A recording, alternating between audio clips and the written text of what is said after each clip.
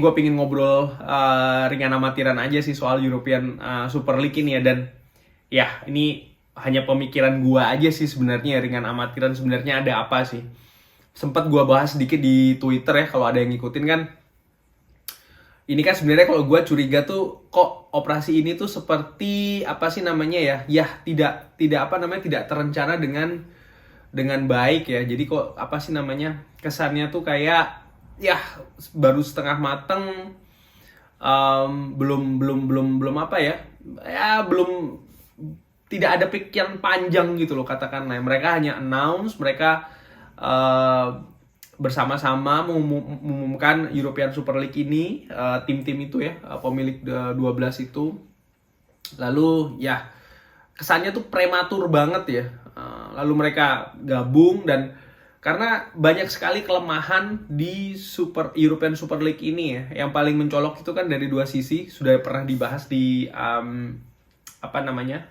beberapa Twitter juga ya. Bahwasanya kan dari sisi pemain dan juga dari wasit ya.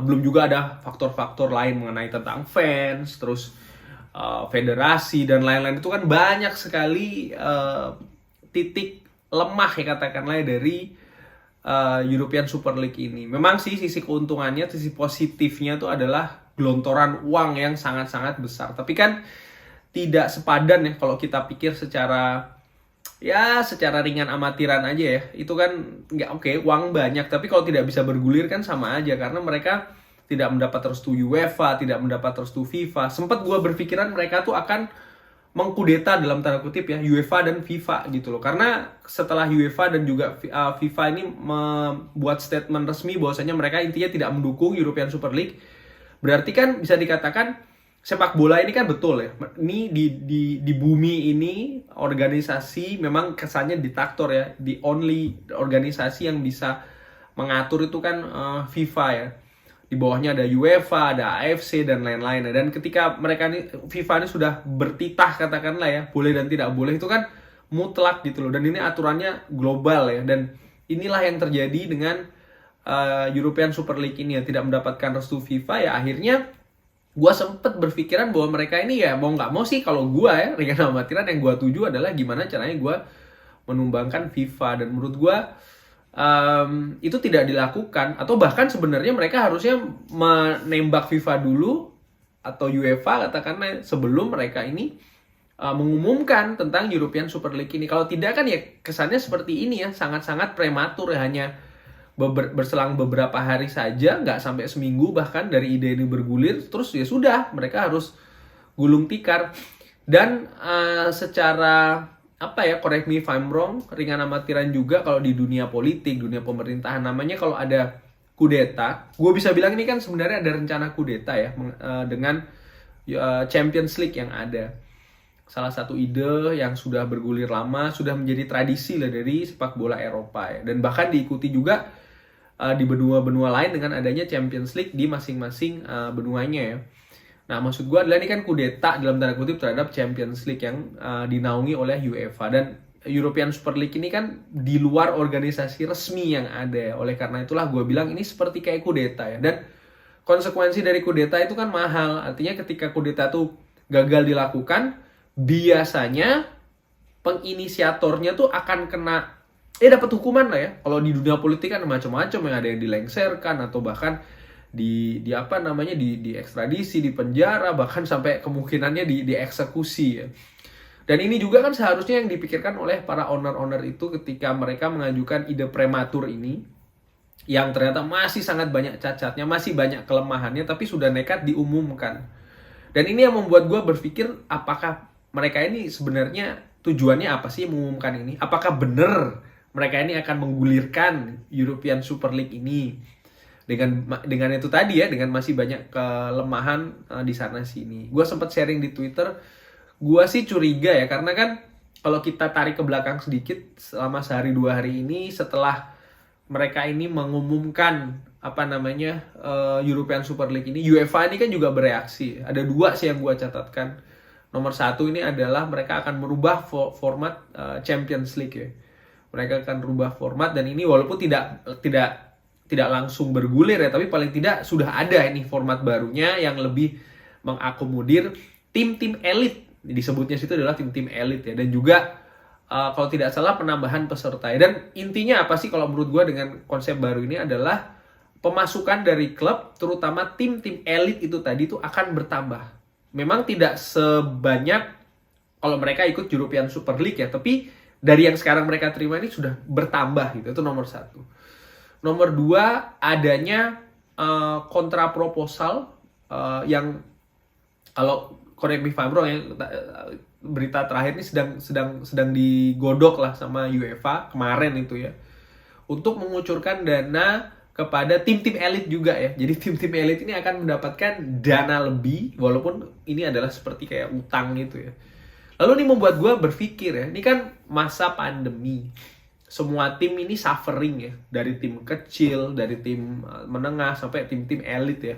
Bahkan pun ya Manchester United, Barcelona sempat declare bangkrut karena menurut gue itu tadi pemasukan mereka ini kan turun drastis ya, utang di mana-mana, dan ya mereka ini kan juga punya rule and regulation ya, financial regulation, terutama mengenai itu tadi ya, pihak-pihak yang memiliki klub apabila utangnya mereka sampai sekian dan sekian, ini kan ada konsekuensi yang harus mereka terima ya. Dan menurut gue ya lebih ke arah sana sih, artinya ya ujung-ujungnya duit. Mereka ini mencari jalan pintas. Jalan pintasnya apa? Bukan dengan menggulir, kalau menurut gue ini ringan amatiran, ini hanya teori konspirasi enteng-entengan aja ya.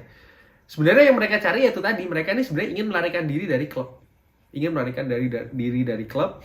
Tapi mereka nggak mau hanya lepas tangan itu aja. Karena apa? Itu tadi, kalau mereka selesai, paling tidak mereka cari penjual nomor satu. Siapa yang akan beli? Karena ini kan kondisi ekonomi global ini sedang merusak gitu loh. Contohnya Glazer, dia mau jual Manchester United. Siapa yang mau beli? Dengan harga tinggi ya.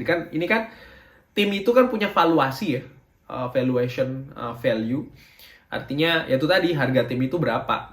Dan ini kan ketika mereka sudah beli berapa tahun yang lalu, ini kan terus naik ya, kan sifatnya investasi, walaupun mereka sendiri pun juga beli dengan utang. But in the end, ada value-nya, nilai Manchester United itu kan terus naik. Dan menurut gua sih, correct me if I'm wrong, nilainya ini sudah termasuk nilai yang tinggi gitu loh. Ini siapa yang mau nebus? Sementara keadaan global ini sudah sangat, ya lagi nggak bagus lah katakan. Siapa yang mau nebus? Sementara mereka ini juga sudah, feeling gua, ini hanya pendapat pribadi gue, mereka sendiri tuh juga sudah kesusahan untuk keep Manchester United gitu loh.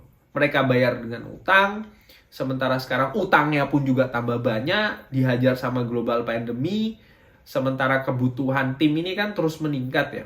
At least tiap musim ini kan selalu harus mendatangkan pemain baru, pemain marquee players, hal-hal seperti itu. Lalu nih gimana ini cara mereka untuk bisa kabur lah katakanlah dari masalah ini. Maksudnya kabur adalah itu tadi, mereka bisa jual dengan nilai yang tidak tinggi, artinya ada pembeli yang mau, tidak jual rugi, tapi mereka juga bisa dapat uang tambahan dari tempat lain. Nah ini dia yang menurut gua yang terjadi dengan European Super League ini. Mereka cari tambahan dari UEFA, dari FIFA. Di sisi lain juga mereka berharap ya ini tadi, mereka bisa segera mendapatkan pembeli ya. Kan sekarang ini kita sudah tahu Ed Woodward ini resign. Cuman yang aneh adalah resign-nya tuh bukan akhir musim ini atau immediate, artinya langsung ketika ide ini sudah selesai, tapi akhir Desember. Ini menurut gue agak aneh gitu loh, kok di akhir Desember ya? Terus itu satu. Yang nomor dua adalah berita lagi yang gue baca kalau nggak salah dari ya salah satu akun Twitter lah. Sebenarnya planning untuk resign-nya ini sudah ada sebelum Manchester United memutuskan untuk, atau tim-tim itu memutuskan untuk keluar dari European Super League. Artinya ini kan sudah sesuatu hal yang dipikir, dan menurut gue orang-orang seperti mereka ya, elit yang pembesar-pembesar itu kalau berpikir biasanya sudah 3, 4, 5 langkah ke depan gitu. Dan ini yang menurut gue berpikir sepertinya ada udang di balik batu nih mungkin ya.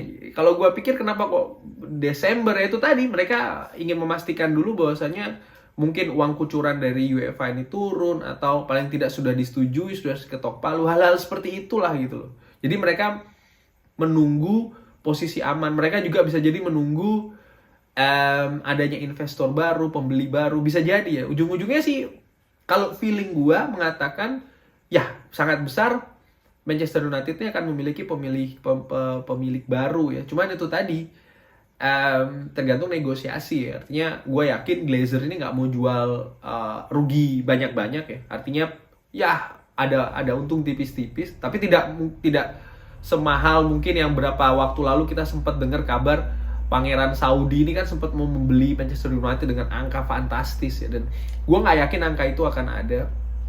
Dan ya belum adanya pernyataan minta maaf secara resmi ini juga menurut gue menyatakan sepertinya mereka akan cabut gitu loh. Beda dengan pemilik Liverpool, beda dengan pemilik yang lain-lain ya. Artinya mereka kan beberapa ini sudah announce minta maaf ya. Menurut gue permintaan maaf mereka ini salah satu cara mereka untuk yang bisa memprotek diri mereka ya. Mungkin mereka tidak akan melepas secara dalam waktu dekat, tapi ya itu tadi sih sebenarnya yang ingin gue sampaikan di sini. Ada hal yang sepertinya sih bukan European Super League itu sendiri tujuannya gitu. Ada tujuan lain, karena itu tadi kenapa kok momentumnya sekarang ya di masa pandemi global seperti ini. Menurut gue ya itu tadi ada hal yang sepertinya tuh seperti kayak dipaksakan ya. Idenya masih prematur, banyak kelemahan di sana sini. Akibatnya apa itu? Idenya hanya bergulir selama 3 hari. Bisa kemungkinan bahwasanya mereka miss gitu loh. Kalau menurut gue sih memang agak aneh kalau mereka missing ya. Mereka ini kan sudah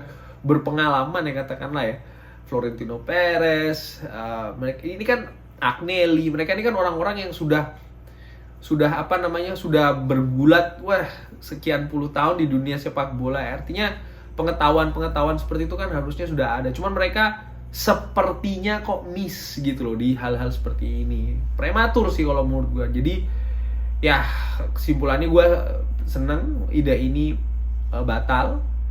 Cuman jangan lupa ya, ini bisa jadi hal yang mereka inginkan ini apa gitu. Oke, kucuran dana, utang dari UEFA. Kalau memang iya, setelah mereka dapat utang dari UEFA, lalu setelahnya mereka jual ini klub dengan harga yang oke, untuk mereka nggak begitu tinggi, yang penting mereka nggak rugi, lalu mereka cabut, datang pemilik baru yang membeli dengan harga yang ya seperti yang mereka jual itu tadi, sementara mereka juga harus melunasi utang dari UEFA. Ini kan bukan sesuatu yang bagus juga gitu. Mudah-mudahan ya. Tapi ya menurut gua ini apa sih namanya, mungkin bisa jadi ada snowball effect ya dari hal seperti ini. Pastinya itu tadi kita sudah mendengar Ed Woodward resign, mungkin sebentar lagi Glazer resign, tapi ya gua sih feeling gua ya, walaupun gua nggak harapin ya, tapi itu tadi mungkin akan ada mereka ini nggak akan, feeling gue ya, karena mereka ini kan hanya bisnis mata gitu loh, mereka tidak peduli dengan klub. Jadi bukan tidak mungkin mereka ini akan meninggalkan beban gitu loh, beban kepada Manchester United yang ya menurut gue sih ini juga harus apa sih namanya, memang sih dengan kepergian mereka ini Ed Woodward dan mungkin sebentar lagi Glazer, ini kan satu pondasi baru buat Manchester United. Tapi mudah-mudahan ini tidak, itu tadi harapan gue, walaupun sih feeling gue, harapan sih enggak ya, harapan gue semuanya baik-baik aja, tapi feeling gue mengatakan mereka akan meninggalkan masalah gitu loh di Manchester United, yang ke depan owner Manchester United yang baru atau sosok yang menggantikan Ed Woodward inilah yang harus membersihkan ini ampas-ampas gitu loh. Well, sekian kurang lebih update dan ya obrolan ringan amatiran aja sih mengenai batalnya katakanlah ya European Super League ini. Thanks for watching, jangan lupa like, ikutin terus video Football Belanda. Wassalamualaikum.